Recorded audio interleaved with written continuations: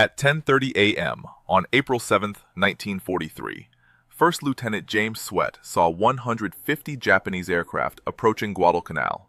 He was 22 years old, with 197 flight hours in the F-4F Wildcat. This was his first combat mission.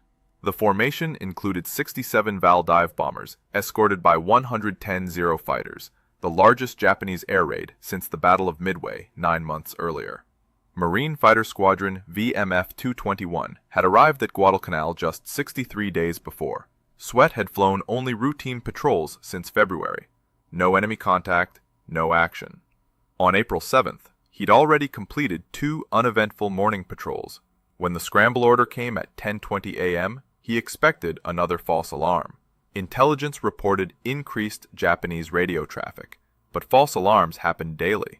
The pattern was predictable. Radio chatter increased, radar picked up phantom contacts, fighters scrambled, found nothing. But this time was different. His division commander was Captain Joseph Foss, already an ace with 26 confirmed kills. Foss led 4 Wildcats off Henderson Field into a climbing turn northwest. They had 15 minutes before the bombers reached the Allied fleet anchored off Tulagi. At 8,000 feet, Sweat saw them, the sky filled with aircraft. He counted 15 Val bombers in tight formation. More formations stretched behind them toward the horizon. Zero escorts flew high cover, 3,000 feet above the bombers. The odds were staggering. 37 Japanese aircraft for every American fighter in the air. 4 Wildcats against 150 enemy planes. The Grumman F-4F-4 Wildcat couldn't match the Zero's performance. Maximum speed was 318 miles per hour at 19,000 feet. The Zero reached 350 miles per hour and outclimbed the Wildcat by 1,500 feet per minute. But the Wildcat was built like a tank. It could absorb tremendous punishment and keep flying. Its 650 caliber Browning machine guns delivered devastating firepower at close range. Each gun carried 240 rounds, 1,440 rounds total, enough for 24 seconds of continuous fire if he held the trigger down. Sweat checked his instruments. Oil pressure normal. Fuel sufficient for 1 hour. He flipped the gun sight power switch. The illuminated pipper appeared in the reflector glass, centered perfectly. He moved the master armament switch to the armed position. The gun charging handles were already pulled back. 6 chambers loaded and ready. He'd never fired these guns in combat. Never seen an enemy aircraft except in photographs during training. Foss positioned the division for a head-on attack against the lead bomber formation. The Vals were already rolling into their dives toward the transport ships anchored in Tulagi Harbor.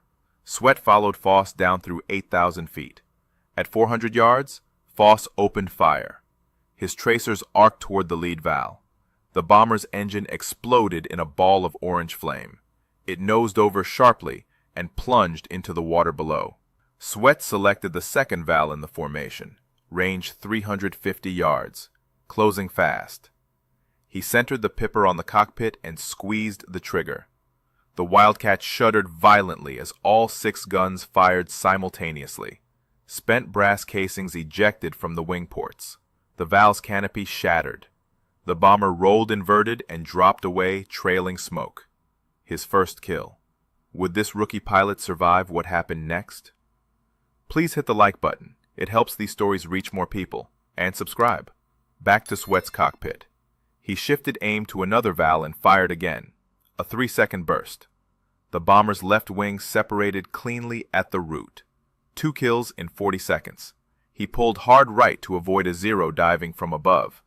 The enemy fighter flashed past, missing him by less than 10 feet. Sweat rolled right into a tight climbing turn. His division had scattered in the chaos of the initial attack. He was alone now.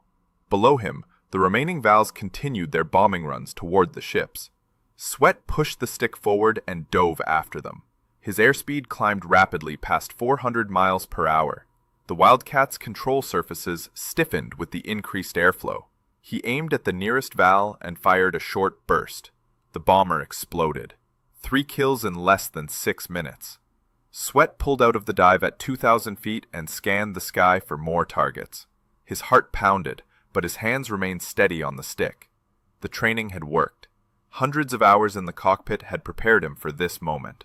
Above him, another group of 15 Vals was forming up for their bombing run. They flew in 3 tight V formations of 5 aircraft each. They hadn't spotted him yet. Their attention was focused on the ships below. The lead group rolled into their dive toward the destroyer USS Aaron Ward. Sweat climbed back to 6,000 feet and positioned himself above and behind the trailing Val in the first group. He dove from directly above. The sun was behind him, the attacking pilot's advantage. At 200 yards, he opened fire. A 4-second burst. 296 rounds. The Val's tail section disintegrated under the concentration of 50 caliber rounds. The bomber entered an uncontrolled spin and crashed into the ocean, trailing smoke and debris. 4 kills. His ammunition counter showed he'd expended roughly 600 rounds, half his total load. 840 rounds remaining, enough for 14 more seconds of firing. He immediately swung left toward the second group of Vals. His excess speed from the dive carried him through their formation. He selected the nearest target and centered the pipper. He fired. The Val exploded in mid-air, a direct hit on the bomb it was carrying. The detonation was massive. Pieces of the aircraft scattered across the sky. 5 kills in 9 minutes. The remaining Vals in that group broke formation immediately. Some jettisoned their bombs early to gain speed and turned north toward Rabaul. Others pressed their attacks despite Sweat's presence. Individual courage or orders? Sweat couldn't know which. He stayed on them. His 6th kill came 30 seconds later, a Val attempting to escape at low altitude toward the Florida Islands. Sweat dove after it and fired from directly behind at 150 yards, the optimal firing position. His tracers walked up the fuselage into the fuel tank. The bomber erupted in orange flame and cartwheeled into the water. 6 kills. His ammunition was running low now, maybe 400 rounds left. 6 or 7 seconds of firing time maximum. Sweat pulled up hard and searched for more targets. His wingmen were nowhere in sight. The radio was chaos, overlapping transmissions from multiple pilots calling out positions and threats simultaneously. Below him, anti-aircraft fire from the Allied ships created a deadly umbrella of exploding shells. 5-inch guns fired proximity-fused rounds that detonated near their targets. 40mm Bofors quad mounts tracked bombers across the sky. 20mm Oerlikons added streams of tracers. Black bursts of flak filled the air around him. Then he spotted another Val beginning its dive toward the cargo ships anchored near Gavutu. Sweat rolled inverted and pulled through into a split S maneuver. The negative G-force was brutal as he pulled through the maneuver. His vision grayed at the edges. Blood rushed to his head. His helmet pressed against the canopy. He tracked the Val through his gun sight as both aircraft plummeted toward Tulagi Harbor. The altimeter unwound rapidly. 5,000 feet. 4,000. 3,000. The Val's rear gunner opened fire. Sweat saw the muzzle flashes. Tracers streaked past his canopy. At 1,000 feet, Sweat fired. A 2-second burst, maybe 130 rounds. The Val's engine caught fire immediately. Black smoke poured from the cowling. The bomber crashed into the harbor near Gavutu Island, creating a massive splash. 7 kills in 12 minutes. Sweat pulled out of his dive at 300 feet above the water. His altimeter barely registered. The needle hovered just above 0. The transport ships were directly below him now. He was inside their defensive fire zone, the most dangerous airspace in the entire battle area. Every gun on every ship was firing at maximum rate. The gunners couldn't distinguish American fighters from Japanese bombers at this altitude and speed. He was just another target. Above him, he spotted one more Val beginning its attack dive, his 8th potential kill. He had ammunition remaining, maybe 250 rounds. 3 or 4 seconds of firing time. He climbed after the bomber, but something felt wrong. The Wildcat wasn't responding correctly. The controls felt sluggish. He checked his instruments. Everything showed normal. Then something slammed into his left wing. The impact was violent and immediate. The aircraft lurched hard left. Sweat fought the controls with both hands, applying full right aileron and rudder. He looked out at his wing. A massive hole gaped in the structure, easily 2 feet across. Metal skin peeled back around the edges. A 40mm Bofors shell from one of the Allied ships had punched straight through. Friendly fire. The ships he was protecting had just hit him. Fuel streamed from the ruptured tank, leaving a white vapor trail behind him. The Wildcat still flew, but barely. The damaged wing created tremendous drag. His airspeed bled off rapidly. He couldn't maintain altitude. The Val he'd been chasing pulled away easily. Sweat fired anyway, a long, desperate burst that emptied most of his remaining ammunition. His tracers fell short by 50 yards. The Val escaped into the clouds to the north. His guns clicked empty. No ammunition left. He'd fired all 1,440 rounds in less than 15 minutes. Then his instrument panel lit up with warning lights. Oil pressure dropping. Coolant temperature rising into the red zone. He looked down at his engine cowling. The paint was blistering. Something else was wrong. He hadn't noticed it during the fight, but the enemy rear gunner must have scored hits during that last attack. His oil cooler was damaged. Black smoke began pouring from the engine compartment. Not the white smoke of vaporizing coolant. Thick, black smoke from burning oil. The engine temperature gauge climbed past maximum operating range. 210 degrees Celsius. 220. 230. At 240 degrees, the engine seized. The propeller stopped rotating instantly. The sudden silence was shocking after 15 minutes of combat noise. No engine roar, no wind howl. Just the whistle of air over the damaged wing. Sweat was 3 miles from Henderson Field with a dead engine, a damaged wing, and fuel streaming from his tank. The Wildcat began losing altitude immediately, 500 feet per minute, then 700. The aircraft was too heavy to glide effectively with the asymmetric drag from the damaged wing. Sweat had 2 options: try to reach Henderson Field 3 miles away, or ditch in the water. At his current rate of descent, he'd cover maybe 1 mile before hitting the ocean. Henderson Field was impossible. He scanned the water below for a suitable landing area. The harbor was filled with ships and debris from the battle. Too dangerous. He needed open water. He spotted a clear area north of Gavutu Island, relatively calm, away from the ship traffic. He turned toward it, using his remaining altitude to position for the water landing. The Wildcat descended through 1,000 feet. 800. 600. Sweat ran through the ditching checklist from memory. Canopy open. Already done. Seat and shoulder harness tight. Check. Radio. He transmitted his position one final time. No response. The radio was probably damaged.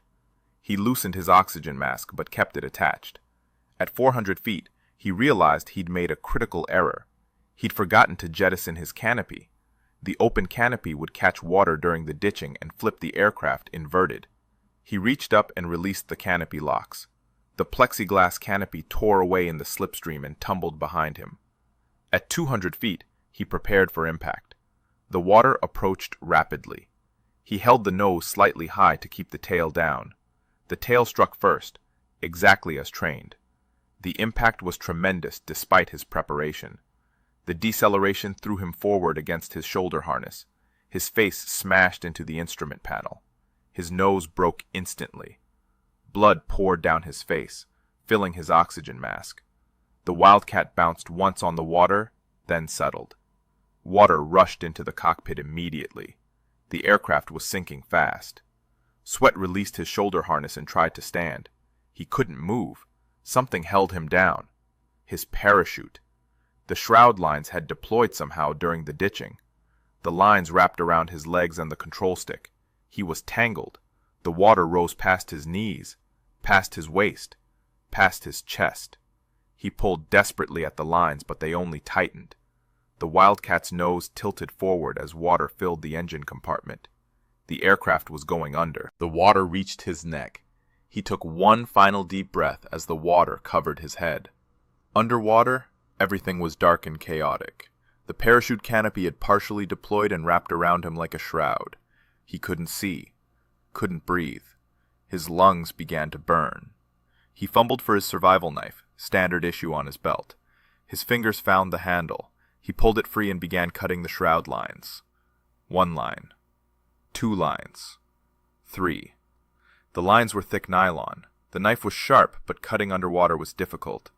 His lungs screamed for air. 4 lines. 5. He was running out of time. His vision began to narrow. The edges went dark. 6 lines. 7. Suddenly he was free. He kicked hard toward the surface. His Mae West life vest was still deflated. He hadn't had time to inflate it before going under. He kicked again. The surface seemed impossibly far away. His boots were full of water, dragging him down. His flight suit was soaked and heavy. He kicked one more time. His head broke the surface. He gasped for air. Blood and seawater filled his mouth. He coughed violently, treading water with his arms. His nose throbbed with pain. He could barely breathe through it. He reached for the CO2 inflation toggles on his Mae West. Nothing happened. He pulled again. Still nothing. The inflation mechanism had failed. He was treading water in his full flight gear with no flotation device. The nearest land was Gavutu Island, maybe half a mile away. Sweat's flight boots were designed for walking on carrier decks, not swimming. Each boot held gallons of water. His leather jacket was soaked and heavy. His flight suit clung to his body like a lead weight. He tried to remove the boots but couldn't reach the laces while treading water. Every few seconds, a wave washed over his head. He swallowed seawater and coughed. His broken nose made breathing difficult. He could only breathe through his mouth. Blood continued streaming from his nostrils, mixing with the salt water. Then he remembered his one-man life raft. Standard equipment attached to his parachute harness. He reached behind his back and found the raft pack still secured to the harness. He pulled the inflation lanyard. Nothing happened. He pulled again, harder. Still nothing. The CO2 cartridge had either been damaged during the ditching or had corroded from months in the tropical humidity. The raft was useless. He was alone in the water, with no flotation and no raft. His arms were already tiring from treading water. His legs felt like concrete. He looked around for rescue. The battle was still raging overhead. Wildcats chased the remaining Vals north toward Raboul. Anti-aircraft fire continued from the ships. Nobody was looking for downed pilots yet. The priority was stopping the remaining bombers. He was on his own. Gavutu Island was his only option. Half a mile of open ocean. He began swimming using a modified side stroke to conserve energy. Every third stroke he had to stop and tread water to catch his breath. His broken nose made each breath painful and inadequate. After 5 minutes of swimming, he'd covered maybe 100 yards, a quarter of the distance. His arms burned with fatigue, his legs cramped. The leather jacket was drowning him. He stopped swimming and struggled out of the jacket. It sank immediately. His flight suit was next. He couldn't remove it completely, but he managed to strip it down to his waist. That helped slightly. He resumed swimming. Another 100 yards. He stopped to rest. His breathing was ragged and desperate. Blood from his nose continued flowing, attracting attention he didn't want. The first shark appeared from below, a dark shape rising through the blue water. Sweat saw it clearly, maybe 8 feet long. A reef shark, probably. It circled once at 15 feet depth and then descended back into the darkness. Sweat forced himself to remain calm. Panic would only attract more sharks. He resumed swimming with slow, steady strokes. No splashing, no erratic movements, just smooth, controlled motion toward the island. The shark returned 2 minutes later with 2 others. They circled beneath him, their movements lazy and curious. Not attacking. Not yet. Just investigating.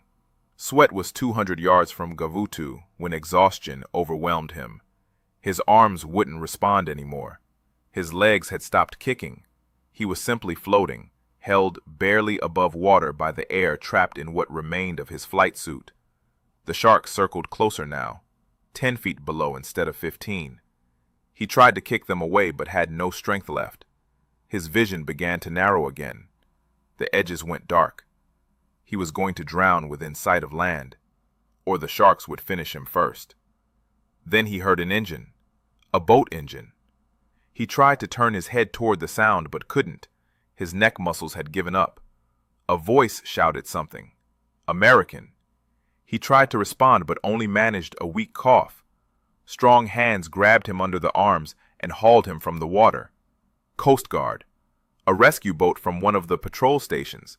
They'd been watching for downed pilots. They dragged him over the gunwale and laid him flat on the deck. Sweat lay there gasping like a landed fish.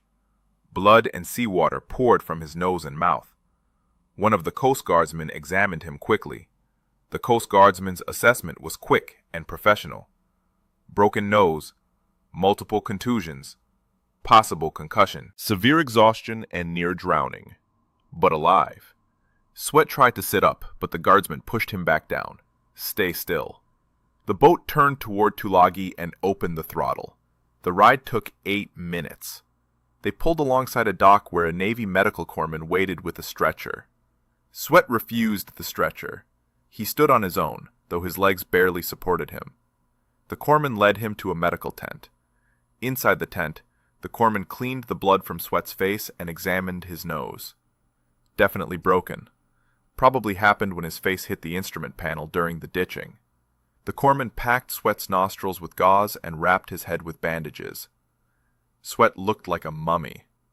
The corpsman offered morphine for the pain. Sweat refused. He wanted to stay alert. The battle might not be over. The corpsman shrugged and moved on to other casualties. The tent was filling with wounded sailors from the ships hit during the raid.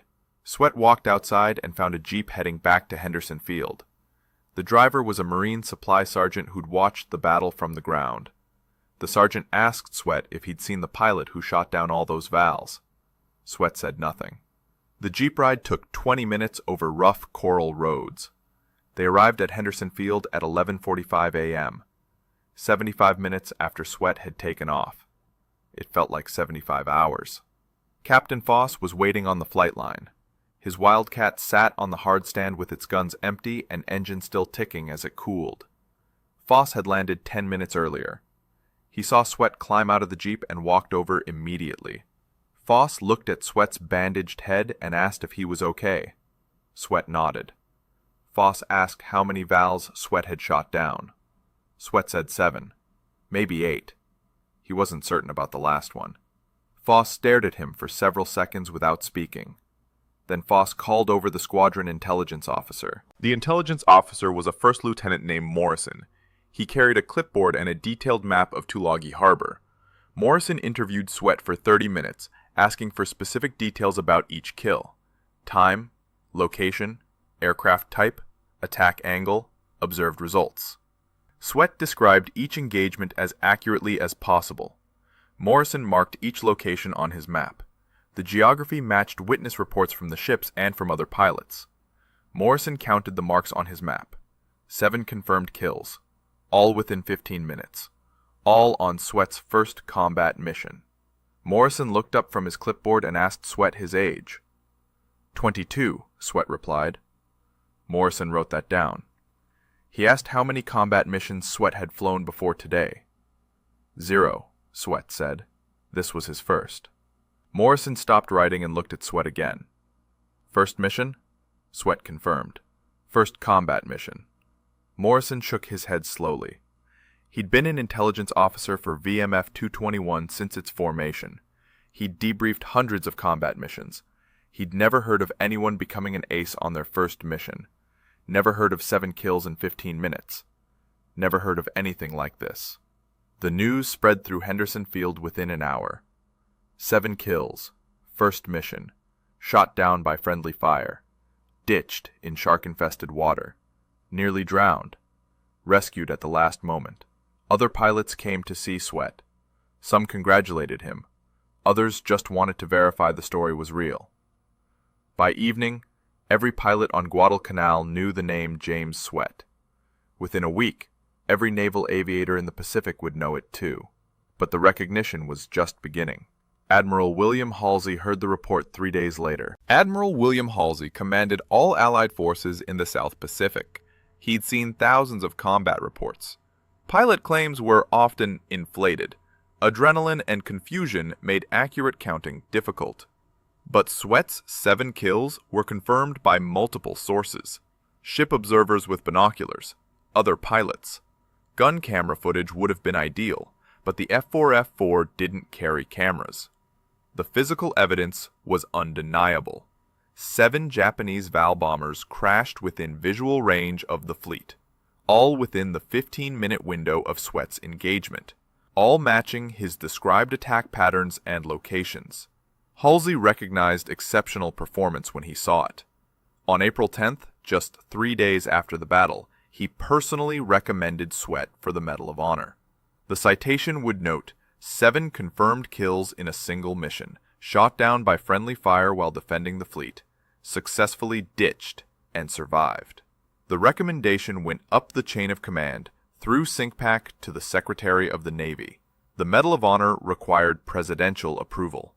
President Roosevelt signed the authorization on September 24, 1943. Sweat received the medal from Halsey on October 10th at a ceremony on Espiritu Santo.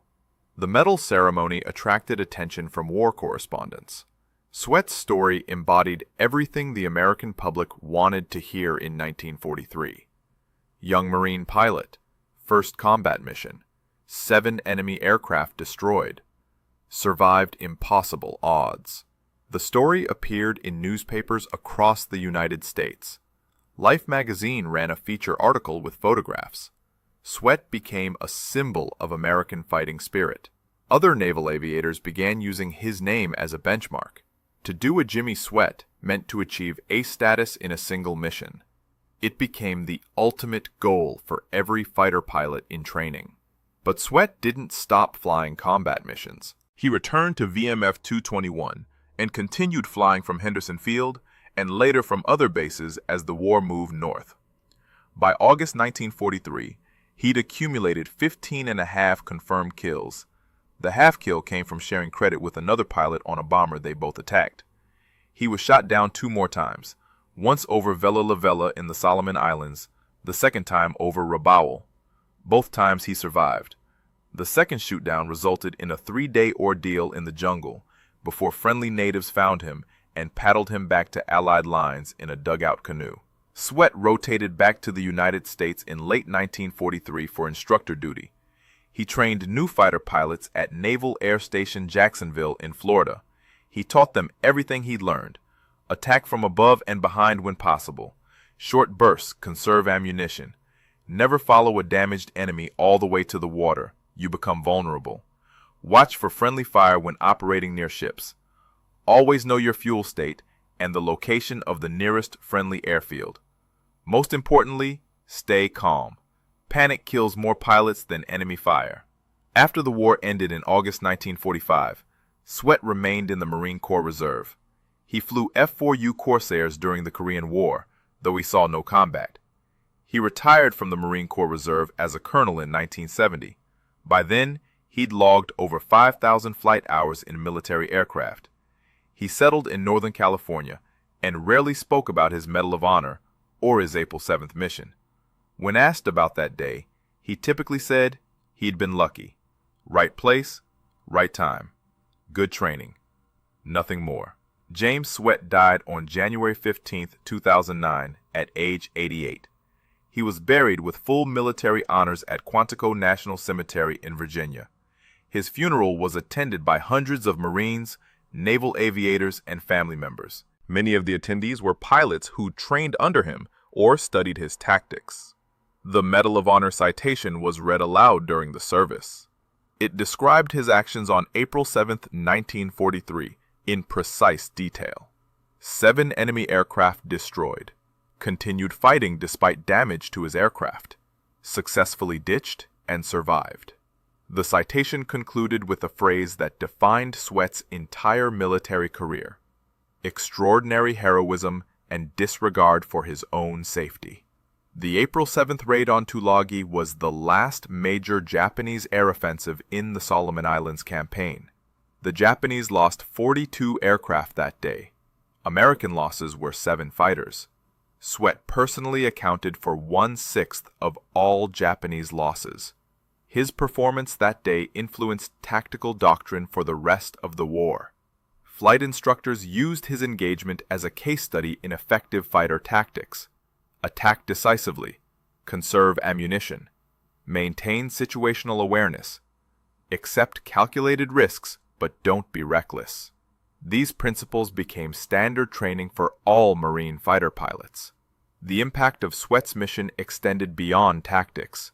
It proved that proper training could overcome lack of experience. Sweat had 197 flight hours when he engaged 150 Japanese aircraft. He had never fired his guns in combat, yet his training was so thorough that he performed flawlessly under extreme pressure. This realization changed how the Navy and Marine Corps approached fighter pilot training.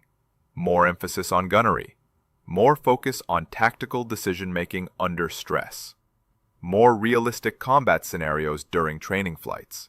Today, Sweat's F-4F Wildcat is long gone, somewhere at the bottom of Tulagi Harbor, but his legacy remains. The Marine Corps University at Quantico includes his April 7th mission in its curriculum on air combat tactics. The National Museum of the Marine Corps displays his Medal of Honor and flight gear. Aviation historians consider his 7 kills in 15 minutes one of the most remarkable achievements in aerial combat history, not just because of the numbers, but because of the circumstances. First mission, overwhelming odds, friendly fire damage, near-death experience, survival against all probability. Sweat's story answers a fundamental question about combat. Can training overcome inexperience? Can preparation substitute for proven ability? His April 7th mission proved the answer is yes. Given proper training, even a pilot on his first combat sortie could achieve extraordinary results. This wasn't luck. Sweat made dozens of tactical decisions during that 15-minute engagement. Every decision was correct. Attack angle, target selection, ammunition conservation, escape maneuvers, ditching procedure. Each decision reflected his training and his ability to apply that training under maximum stress. The phrase "to do a Jimmy Sweat" gradually faded from common usage as World War II veterans aged and retired. But within the Marine Corps aviation community, the phrase survived. New pilots still learn about First Lieutenant James Sweat and his 7 kills on April 7, 1943. They learn about his calm under fire, his tactical precision, his survival instincts, his refusal to give up even when his aircraft was burning and sinking. These qualities defined not just one mission, but an entire military career that spanned 3 wars and 5 decades. 7 bombers fell from the sky above Tulagi in 15 minutes. A 22-year-old Marine pilot on his first combat mission put them there. That's not just a story about one day in 1943. It's a story about what humans can achieve when training, courage, and determination align perfectly. James Sweat proved that on April 7, 1943, and his legacy continues to inspire every Marine pilot who climbs into a fighter cockpit today. If this story moved you, please hit the like button. It truly helps us bring more of these forgotten stories to light. Subscribe and turn on the notification bell so you never miss another tale of extraordinary courage from World War II. Drop a comment below and let us know where you're watching from and whether your family has any military history to share. We're honored to have you as part of this community that keeps the memory of heroes like James Sweat alive. Thank you for spending these 30 minutes with us. And until the next story, remember the brave.